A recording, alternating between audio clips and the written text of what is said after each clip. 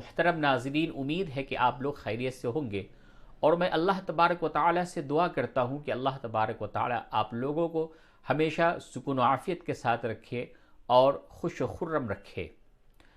ہم نے یہ جو سلسلہ شروع کیا ہے حدیث نبوی صلی اللہ علیہ وسلم کی روشنی میں رزق حلال کی اہمیت اور فضیلت، اس سلسلہ کو آگے بڑھاتے ہوئے آج ہم اس سلسلے کی 7ویں کڑی بنانے جا رہے ہیں، اور اس کی شروعات ہم حضرت لقمان علیہ السلام کے قول سے کرتے ہیں۔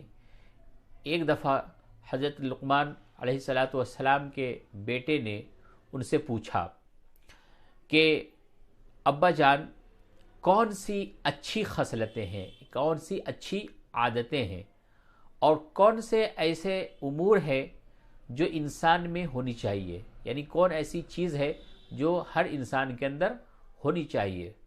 تو حضرت لقمان علیہ السلام نے فرمایا کہ دیندار ہونا اور دین پر مکمل عمل کرنا یہ سب سے اچھی بات ہے۔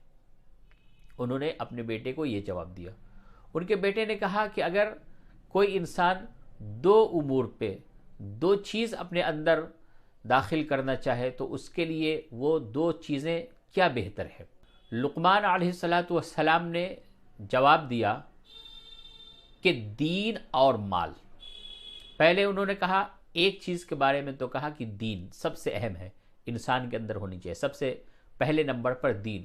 انہوں نے کہا کہ اگر 2 چیزوں کو اختیار کرنا چاہیں تو انہوں نے کہا کہ دین دار ہونا اور مالدار ہونا، یعنی انسان دیندار بھی ہو اور حلال ذریعے سے وہ مال بھی کمائے۔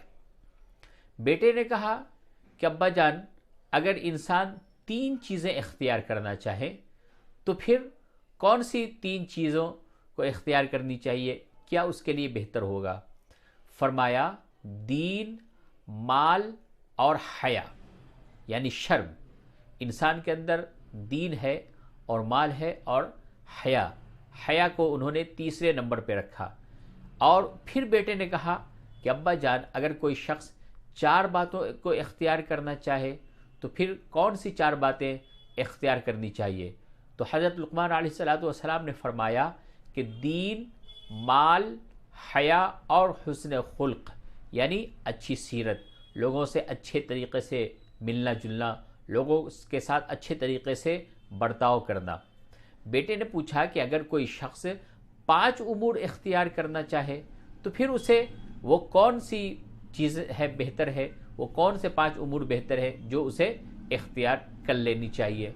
تو حضرت لقمان علیہ السلام نے جواب دیا کہ سب سے پہلے انہوں نے کیا کہا کہ دین، پھر مال، پھر حیا، پھر حسن خلق اور سخاوت، لوگوں کے ساتھ سخاوت کرنا، یعنی بخل نہ کرنا، بخل سے بچنا اور سخاوت کو اختیار کرنا۔ اب بیٹے نے کہا کہ ابا جان یہ بتائیں، اگر ہم 6 باتوں کو اختیار کرنا چاہیں تو ہمارے لیے کون سی 6 باتیں بہتر ہوں گی، اچھی ہوں گی؟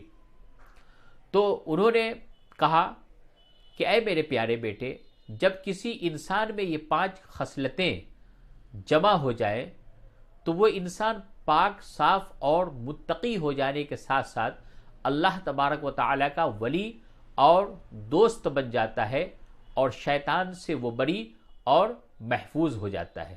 چھٹے کے بارے میں انہوں نے جواب نہیں دیا کہ یہ صرف 5 باتیں ہی انسان کے لیے کافی ہے، انسان کو متقی بنانے کے لیے، پرہیزگار بنانے کے لیے، اللہ تبارک و تعالیٰ کا محبوب بنانے کے لیے۔ تو حضرت لقمان علیہ السلام کے اس حکیمانہ قول میں دین کے بعد دوسرے درجے پر کیا رکھا گیا؟ انہوں نے دوسرے درجے پر مال کو رکھا ہے، رزق حلال کو، کیونکہ انسان مال کو صدقات، خیرات اور امور میں خرچ کر کے بے شمار دنیاوی اور اخروی برکات حاصل کر سکتا ہے، لیکن شرط یہ ہے کہ وہ مال حلال ذریعے سے کمایا ہوا ہو، وہ حلال ہو۔ حرام مال سے اللہ تبارک و تعالیٰ نے مسلمانوں کو بچایا ہے، اور ہم دعا کرتے ہیں کہ ہمیں اور آپ کو اور تمام امت مسلمہ کو اللہ تبارک و تعالی حرام مال سے حفاظت فرمائے۔ حضرت لقمان علیہ السلام ایک بہت بڑے دانا، عقل مند اور حکیم شخص تھے۔ قرآن مجید میں ان کا نام مذکور ہے۔ علماء کرام اس بات میں اختلاف ہے کہ حضرت لقمان حکیم نبی تھے یا ولی تھے۔ بعض علماء کہتے ہیں کہ وہ نبی تھے، مگر جمہور علماء، زیادہ تر جو علماء ہیں وہ کہتے ہیں کہ نبی نہیں تھے بلکہ وہ اللہ کے ولی تھے، ایک حکیم تھے، اور ان کی دانائی، ان کی حکمت اور ان کی نصیحتیں، اقوال کتابوں میں مذکور ہیں۔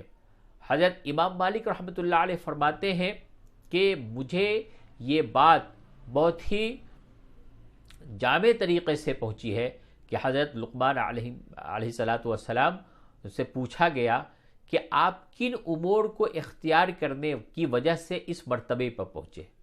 حضرت لقمان علیہ السلام سے لوگوں نے پوچھا کہ آپ نے کیا کیا، ایسا کیا آپ نے کیا کہ آپ اس مقام پہ پہنچ گئے، اس مرتبے پہ پہنچ گئے کہ نبی نہ ہونے کے باوجود بھی اللہ تبارک و تعالی نے قرآن کریم میں ان کا نام کو لیا اور ان کی نصیحتوں کا ذکر فرمایا۔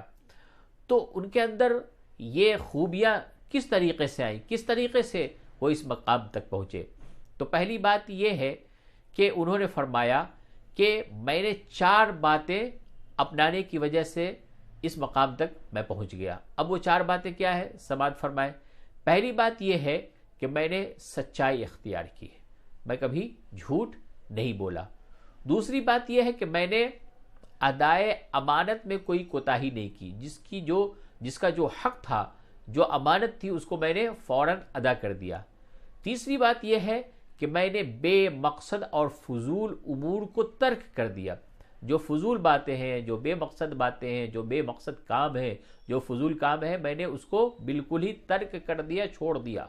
اور چوتھی بات یہ ہے کہ میں نے جب بھی کسی سے عہد کیا اور وعدہ کیا تو اسے میں نے پورا کیا۔ تو انہوں نے یہ چیز بتائی کہ یہ 4 چیزوں کی وجہ سے میں اس مقام تک پہنچ گیا۔